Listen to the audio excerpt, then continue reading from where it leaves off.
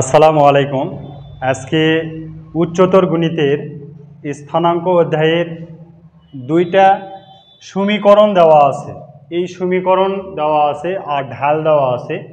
এই সমীকরণ আর ঢালের মাধ্যমে আমরা কি করব, একটা সমীকরণ নির্ণয় করতে বলছে। তো দেখা যাক প্রশ্নেতে এখানে কি বলা আছে।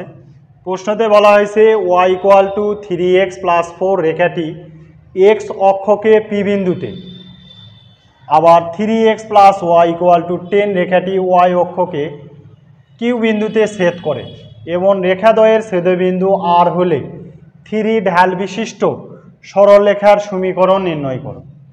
তো যে দুইটা সমীকরণ আছে, আগে আমরা কি করব, সেই দুইটা সমীকরণ দুইটা আমরা কি করব, বসায় নেব। এখানে এম এর মান একটা দেওয়া আছে, ঢাল = 3 দেওয়া আছে। তো এখানে এখন আমরা দেখি y = 3x + 4, এটা হচ্ছে সমীকরণ 1। আর একটা কি আছে 3x + y = 10, এটা সমীকরণ 2। তো এখন y = 3x + 4 এর মান আমরা যদি 2-এ বসাই, 2-এ বসিয়ে পাই।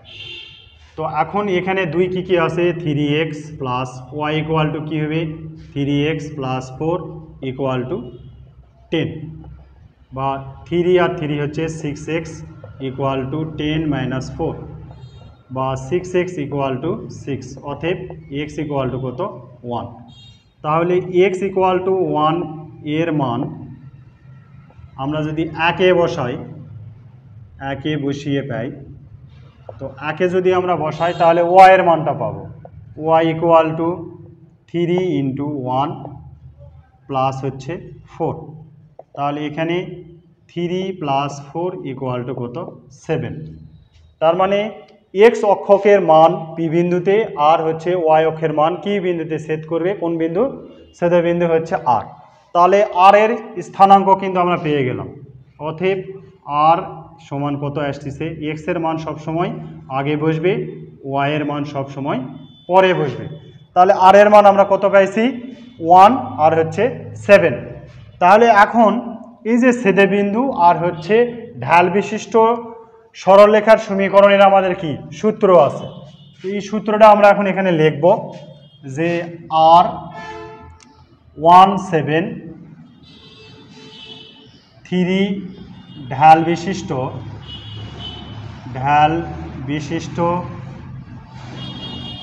সরল রেখার সমীকরণ, সরলরেখার সমীকরণ। সূত্রটা কি, y - y1 = mx - x1। এটা হচ্ছে ঢাল বিশিষ্ট আর কোনো ছেদবিন্দু যদি দেওয়া থাকে সেটার সমীকরণের সূত্র হচ্ছে এটা। তো এখানে আমরা দেখি যে প্রথমটা সাধারণত কার মান হয়, x এর মান, পরেরটা হয় y এর মান। তাহলে এখানে এটা x1 আর এটা হচ্ছে y1।